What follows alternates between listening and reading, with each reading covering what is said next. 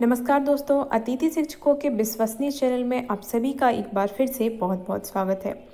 मित्रों, जैसा कि आप सभी जानते हैं कि अतिथि शिक्षकों से जुड़ी जब भी कोई खबर आती है, देर सवेर सही पर उसकी सत्यता की पूरी जांच करने के बाद मैं आप तक उसको पहुंचाती हूं।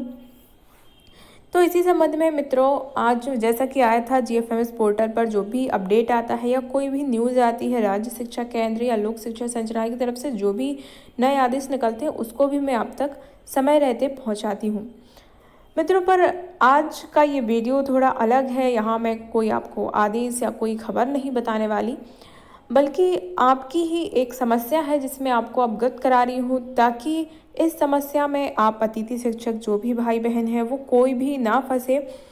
क्योंकि ऐसा बहुत से भाइयों बहनों के साथ हुआ है, बहुत से अतिथि शिक्षकों के साथ ऐसा हो चुका है, मेरे कुछ परिचितों के साथ हुआ। और अब जब मैं फेसबुक वगैरह पर जाती हूँ तो वहाँ भी देखती हूँ कि वहाँ पे बहुत से लोग शिकायत कर रहे हैं कि हमारे साथ ये हुआ, हमारे साथ ये हुआ।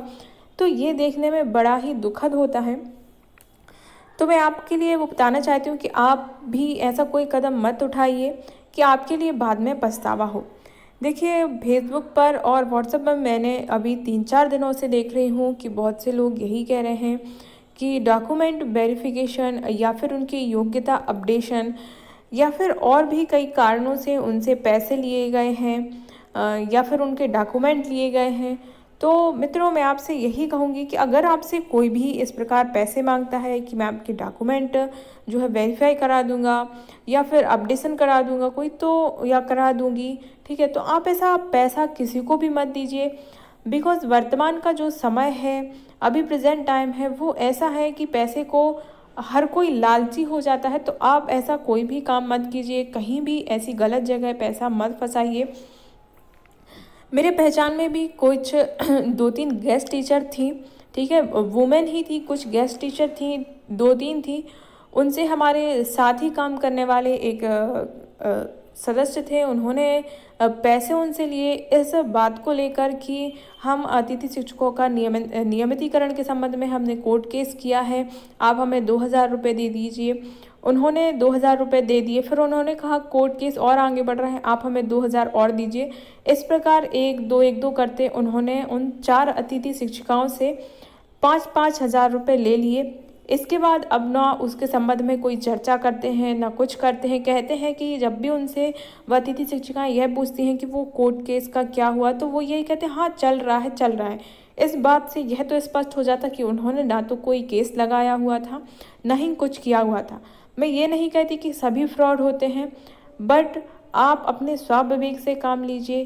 क्योंकि बड़ा दुख होता है कि अतिथि शिक्षक काफ़ी कम सैलरी उनके लिए मिलती है, और बहुत से लगभग 80% अतिथि शिक्षक ऐसे हैं जिनका परिवार उन्हीं की सैलरी से चलता है, ठीक है।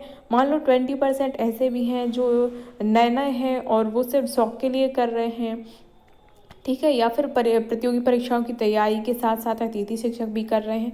तो ऐसे सिर्फ 20% है, बाकी 80% अतिथि शिक्षक ऐसे हैं जो परिवार वाले हैं, जिनका परिवार उनकी सैलरी से चलता है। तो ऐसे में आपके लिए वो पैसा बहुत ही ज़्यादा महत्वपूर्ण होता है। तो ऐसे किसी को भी आप पैसे मत दीजिए, चाहे वो आपसे कोर्ट केस के नाम पे मांग रहे हों, चाहे आपके डॉक्यूमेंट वेरिफिकेशन या किसी भी चीज़ से मांग रहे हो। देखिए मित्रों, जो भी है वो काम हमेशा फेयर में जो हो रहा होता है वही सही होता है। कोई आपका पीछे से काम करवा रहा है और 2 नंबर से आपका अकेले का काम करवा रहा है, तो देखिए ये पॉसिबल नहीं है। देखिए एक चीज़ और कि अगर पोर्टल पर लिंक ओपन होगी अपडेशन की और यानी कि योग्यता जो अब जिनको जुड़वानी है उससे संबंधित जब भी लिंक ओपन होगी, न्यू रजिस्ट्रेशन की, ईवाई आधार अपडेशन की, तो उनका भी क्या है, सबके लिए होगी। ऐसा नहीं है कि सिर्फ आपके लिए हो या लोक शिक्षा संचालनालय से सिर्फ आपके लिए वो स्पेशली ओपन करें या सिर्फ आपका कर दे। देखिए ये पॉसिबल नहीं होता है। आप इस प्रकार किसी की भी बातों में आकर अपना पैसा मत दे दीजिए। बहुत से ऐसे केसेस सामने आए हैं, इसलिए मैं आपसे कह रही हूँ। और दूसरी और अगर कोई कहे कि आप मुझे पैसा दीजिए अतिथि शिक्षकों का, मैं नियमितीकरण करा रहा हूँ और जो पैसा देगा मैं सिर्फ उसी का नियमितीकरण होगा, ठीक है, अगर आप नहीं देंगे तो आपका नहीं होगा। तो देखिए ऐसी बातों में भी मत आइए, क्योंकि होगा तो देखिए वो ऐसा होगा कि योग्यता के आधार पर होगा, या फिर जिसकी जितनी ज़्यादा सीनियरिटी है उसके आधार पर होगा, या फिर सभी का होगा। ऐसा तो नहीं होगा कि सिर्फ आप 5-6 लोगों का करा दिया जाए। देखिए ये आप खुद भी एक शिक्षक हैं, तो इतनी समझदारी आप में भी है कि ये 2 नंबर का काम कभी भी सही नहीं होता है। बाकी अगर आपको मेरी बातें अच्छी लगी हैं तो ठीक है, और नहीं लगी हैं तो बिल्कुल भूल जाइए कि मैंने कुछ भी कहा है। आपको जो भी करना है वही कीजिए, क्योंकि जब मुझे बड़ा दुख होता है जब अतिथि शिक्षकों की ऐसी समस्याएं सुनने मिलती हैं कि मेरे पैसे, इतने पैसे लग गए, मैंने 1,000 2,000 5,000 रुपये उनको दे दिए पर उन्होंने मेरा कोई काम नहीं किया, अब वो सुन नहीं रहे हैं। तो देखिए आप अपने स्वाभाविक से काम लीजिए, आगे से ऐसी कोई भी गलती मत कीजिए। बहुत से लोग इन झांसों में फंस चुके हैं, और मैं सिर्फ आपको आगाह कर रही हूँ कि ऐसी किसी भी झांसे में आप मत आइए।